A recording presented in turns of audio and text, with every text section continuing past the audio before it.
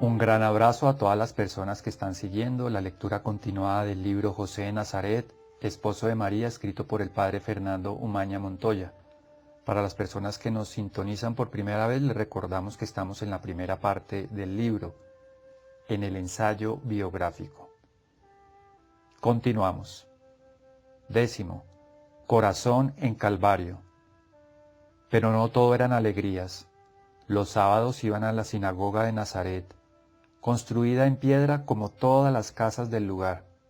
Allí escuchaban la lectura de las Escrituras y las explicaciones de los doctores de la ley. Cuánto sufrimiento al oír con frecuencia razonamientos totalmente opuestos a la verdadera luz de la revelación. Cuántas veces se proponía el futuro Mesías como un nacionalista que restauraría la prepotencia del pueblo, un político perteneciente a las altas esferas humanas de la guerra y del poder humano. Era una permanente tentación de poder. Se quería recuperar el poder, ahora en manos de los romanos, el poder del dinero, de las armas, de las influencias, de los pactos políticos con los países poderosos de la vecindad. La idea sobre el Mesías era totalmente deformada. No había prácticamente nada espiritual en ella. Se miraban las profecías como una esperanza de que la nación sería la mayor potencia económica. No había una dimensión religiosa profunda. Se incitaba a la gente a levantarse contra los romanos. Varias veces hubo levantamientos que terminaron en el fracaso. Este clima se había generalizado. Muchas veces Jesús pidió la palabra en la sinagoga de Nazaret para expresar puntos de vista muy diferentes de los que se exponían. Mostraba cómo el Mesías no sería ni un guerrero, ni un violento, ni un político. El Mesías venía a transformar el mundo no superficialmente, sino desde dentro del corazón de cada ser humano. El Mesías venía a dar el Espíritu de Dios a los hombres para cambiarlos radicalmente en toda su manera de ser, de pensar, de sentir, de vivir. Cambiar el mundo exteriormente, cambiar los gobiernos, los ejércitos, lo de afuera, sin transformarlo de adentro, era inútil. Muchos lo hacían, y todo seguía igual o peor, en los diversos pueblos y en las diversas naciones. Lo importante era tomar los problemas en su verdadera raíz, el corazón pervertido de los hombres.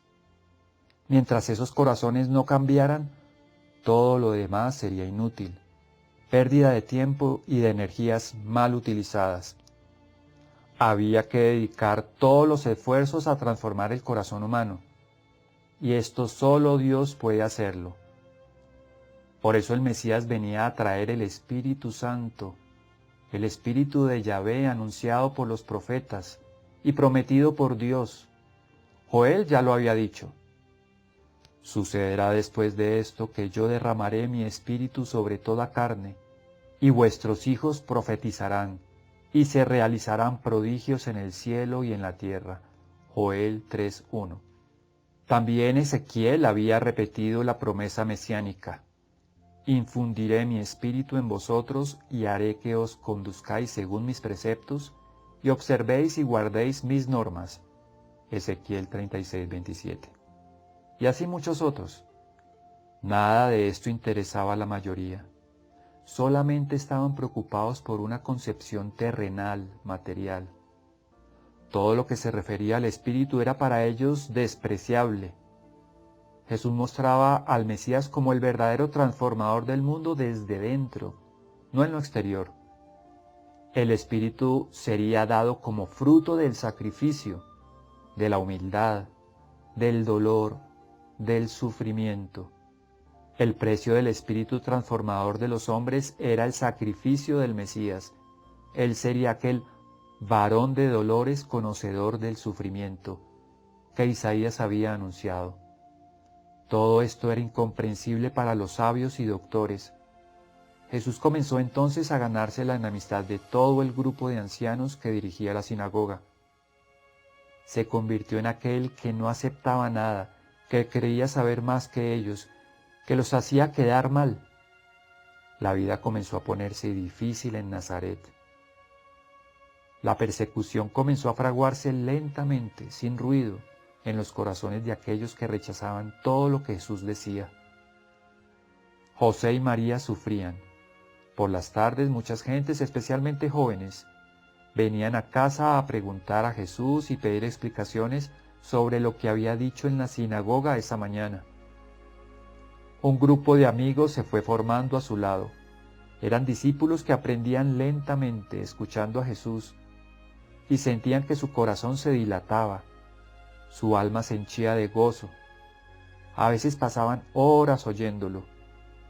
Jesús no hacía nada extraordinario, trabajaba y conversaba con los que venían a la casa con interés de hacerle preguntas. Poco a poco creció el interés en el grupo de sus amigos y querían que Jesús se manifestara en público, mostrara su sabiduría ante el mundo. Pero Jesús les hacía comprender que no había llegado la hora. Muchos se impacientaban ante la serenidad de Jesús, siempre trabajando en el taller de José sin salir al mundo. Decían, cuando Jesús salga y sea conocido, sin duda será rey. Y no quiere serlo, habrá que obligarlo. Él es el que cambiará esta situación de sometimiento a los poderes extranjeros. Él es el hombre que puede ayudarnos. La mentalidad era en todos más o menos la misma. Solo comprendían lo exterior. No entendían casi nada del misterio redentor. Aún siendo sus amigos y comenzando a ser casi discípulos, no captaban la profundidad de las palabras de Jesús. La visión mesiánica que tenían era puramente humana. Jesús sufría, porque ni siquiera los allegados lo entendían. Solo José y María, quienes escuchaban siempre todo con inmensa atención e interés, eran capaces de comprenderlo, poco a poco, en toda su profundidad. La escuela para ellos había sido larga, pero eficaz. Desde la Anunciación, Egipto, Belén, Jerusalén, habían sido escenarios de un aprendizaje lento pero muy profundo. Su visión mesiánica no era humana. Sabían que el mal está en el pervertido corazón humano, que debe ser cambiado por el Espíritu de Dios, y que el precio que había que pagar por esta gracia era el sufrimiento de Jesús. ¿Cuántas veces habían meditado aquella página de Isaías 52:14 a 53:12? Tan desfigurado tenía el aspecto que no parecía hombre, ni su apariencia era humana. Como una raíz en tierra seca, no tenía belleza ni apariencia, ni aspecto que pudiéramos estimar. Despreciado, desechado de los hombres, varón de dolores, conocedor del sufrimiento, ante él se oculta el rostro. Despreciado, no le tuvimos en cuenta, pero eran nuestros dolores los que él portaba, nuestras dolencias las que soportaba. Le tuvimos por azotado, herido por Dios y humillado. Ha sido herido por nuestras rebeldías, triturado por nuestras culpas. Soportó el castigo que nos trae la paz, y con sus llagas hemos sido curados. Yahvé descargó sobre él la culpa de todos nosotros. Fue oprimido, se humilló y no abrió la boca. Tras arresto y juicio fue arrebatado de su casa. ¿Quién se preocupó? Fue arrancado de la tierra de los vivos. Por nuestras rebeldías fue entregado a la muerte. Se puso su sepultura entre los malvados, y con los ricos su tumba, por más que no hizo atropello, ni hubo engaño en su boca. Quiso Yahvé quebrantarlo con dolencias, se entregó a sí mismo en expiación. Por sus desdichas justificará mi siervo a muchos, y soportará sus culpas. Indefenso se entregó a la muerte, y con los rebeldes fue contado, cuando cargó el pecado de muchos e intercedió por los rebeldes.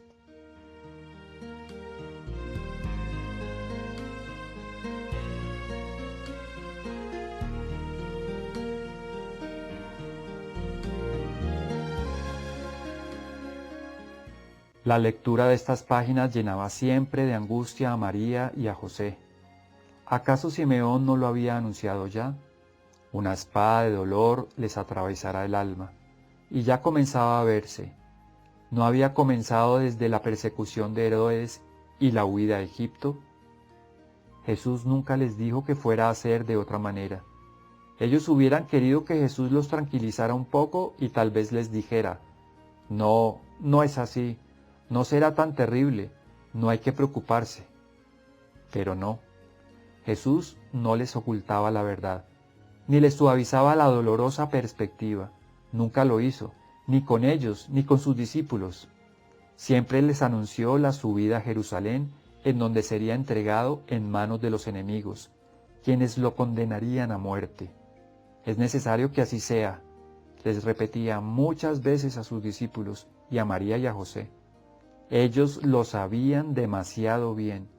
Nunca a Jesús le vieron distorsionando la verdad o tratando de disminuirla. José y María sufrían y callaban. Una espada de dolor. ¿Cuándo sería todo esto? ¿Cuánto tiempo faltaría? Cada subida a Jerusalén era ya un preanuncio de esta perspectiva dolorosa. Cuando el niño se había perdido en Jerusalén, esa fue su angustia. Sabían que todo se realizaría en Jerusalén. Pasaban los años y Jesús era más y más conocido. Las gentes que lo amaban esperaban que se manifestara en público.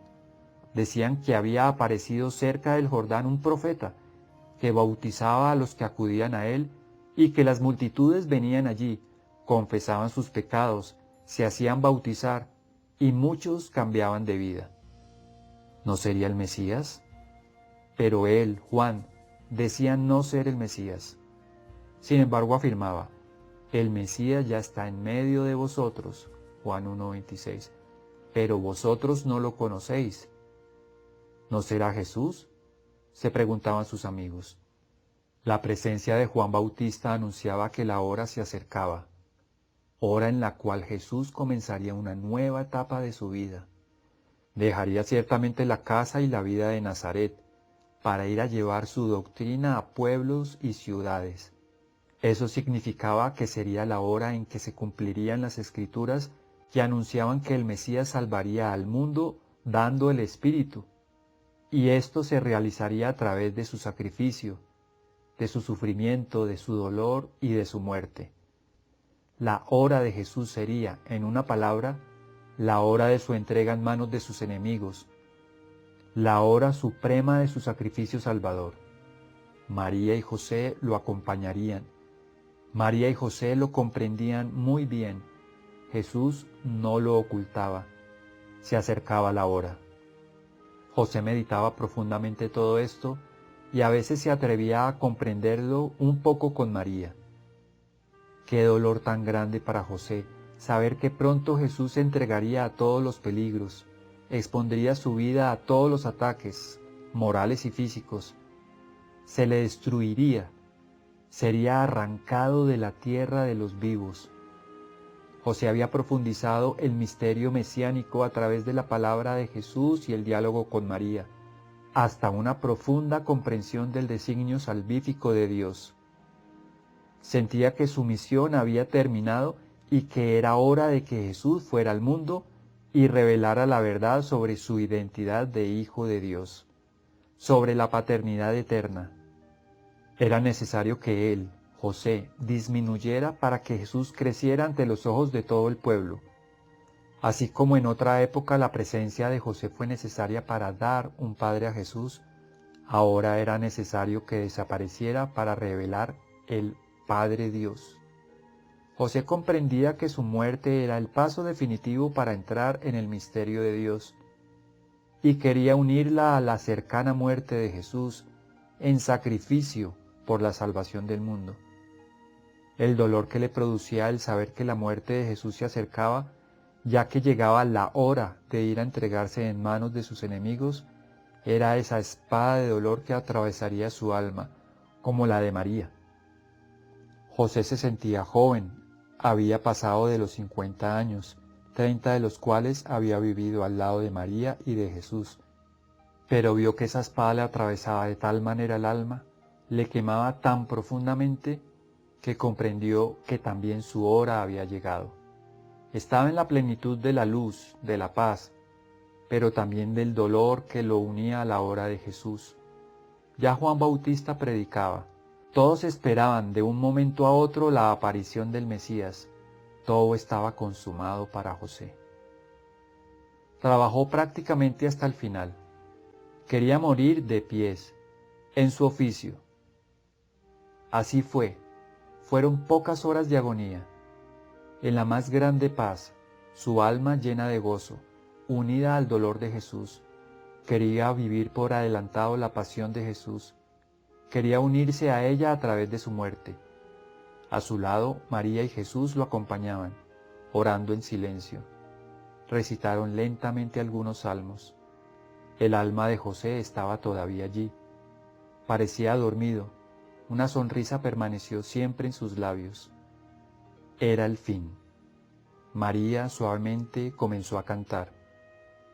Glorifica mi alma al Señor.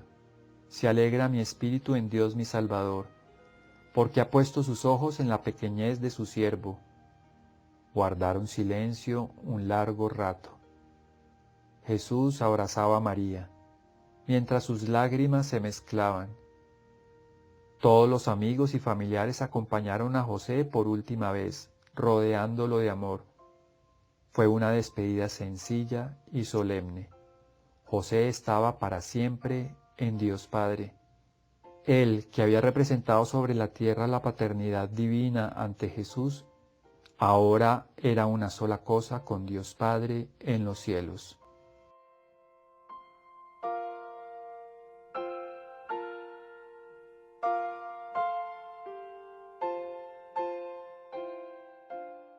Jesús dejaría Nazaret y se iría con María a vivir a Cafarnaúm, pues la vida en Nazaret se había vuelto insoportable. Durante toda su vida pública se le llamó el hijo de José, el carpintero. ¿Cómo se parecen?, decían todos los que conocieron a José. El que me ve a mí, ve a mi Padre, había dicho Jesús refiriéndose a su Padre Dios. Muchos lo entendieron como si se refiriera a José, tanto se parecían. Fue una vida plena e intensa.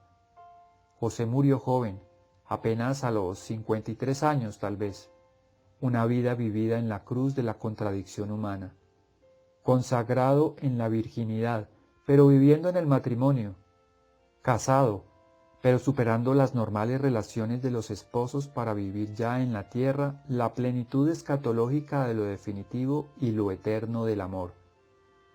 Renunció a la paternidad y hubo de vivirla a plenitud por voluntad explícita de Dios. Sintiéndose pequeño e indigno, hubo de hacerse cargo del Hijo eterno de Dios y de su madre. Hijo de David y heredero del reino, viviendo desterrado y perseguido. De la familia real, escondido en Nazaret para que Jesús no fuera reconocido.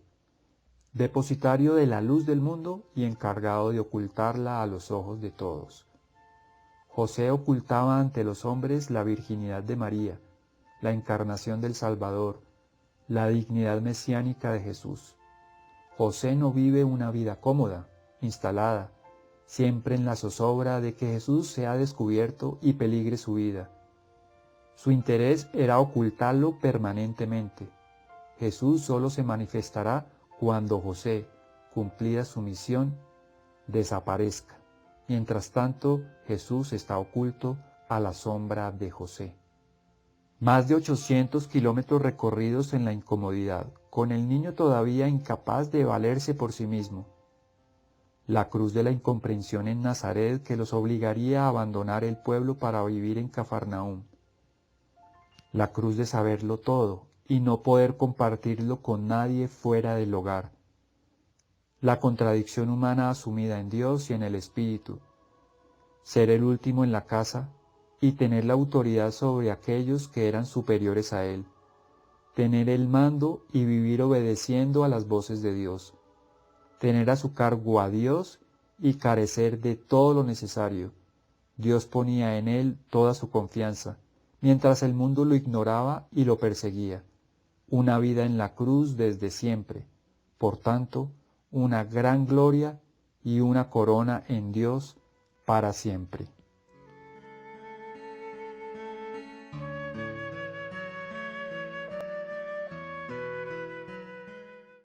Aquí hemos terminado la primera parte, el ensayo biográfico del libro José de Nazaret, esposo de María, del padre Fernando Umaña.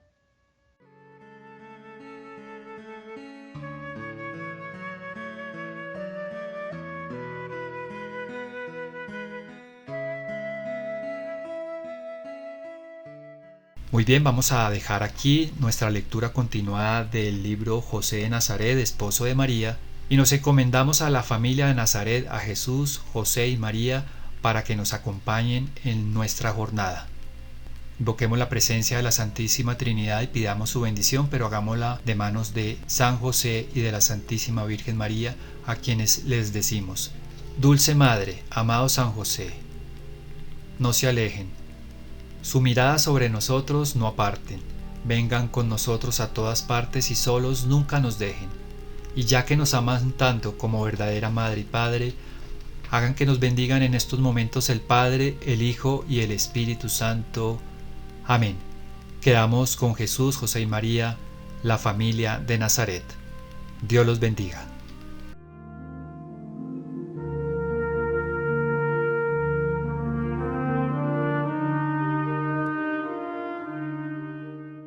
Radio María.